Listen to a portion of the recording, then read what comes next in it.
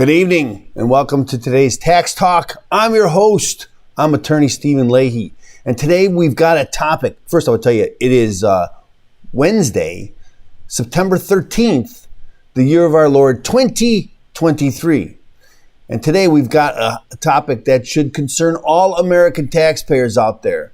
The IRS recently got a funding boost of $80 billion. We've all heard about that from the Inflation Reduction Act. While many are fretting about the possibility of more audits, I've been waving the red flag about something potentially even more intrusive. The IRS is using information technology and artificial intelligence, or AI, to scrutinize your finances. That's what we're going to talk about today. Let's get into it.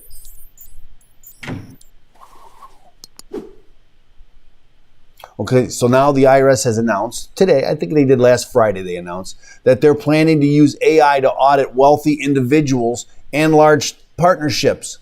On the surface, this might seem like a move to ensure that the rich pay their fair share, which we hear about all the time.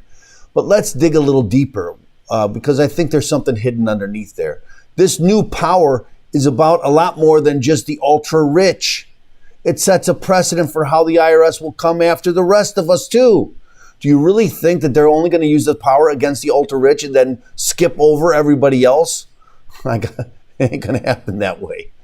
The IRS is going to use AI to conduct audits on 75 of the largest financial partnerships in the country, entities that average around $100 billion in assets. They haven't even proved that they've done anything wrong. They're just going to scrutinize them. They're going to go through it. IRS Commissioner Danny Werfel, yes, that's his name, Danny Werfel, said that artificial intelligence will help them with pattern recognition. Of course it will. Now, if that doesn't ring alarm bells for you, it should. Because once the IRS starts using AI in this way, it's only a matter of time before they broaden the focus and include middle-income Americans.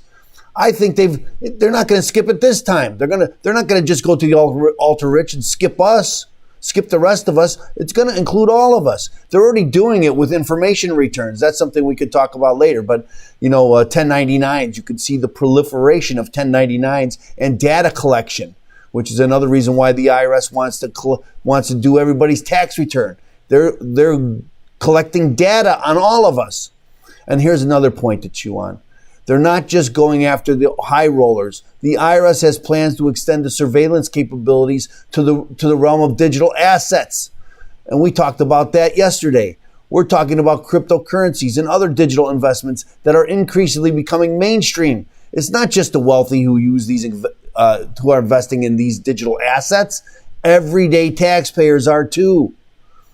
Again, I think it's just that's another 1099. Remember, we talked about it yesterday. The 1099 DA, another form of collecting data, which is going to be scrutinized by AI.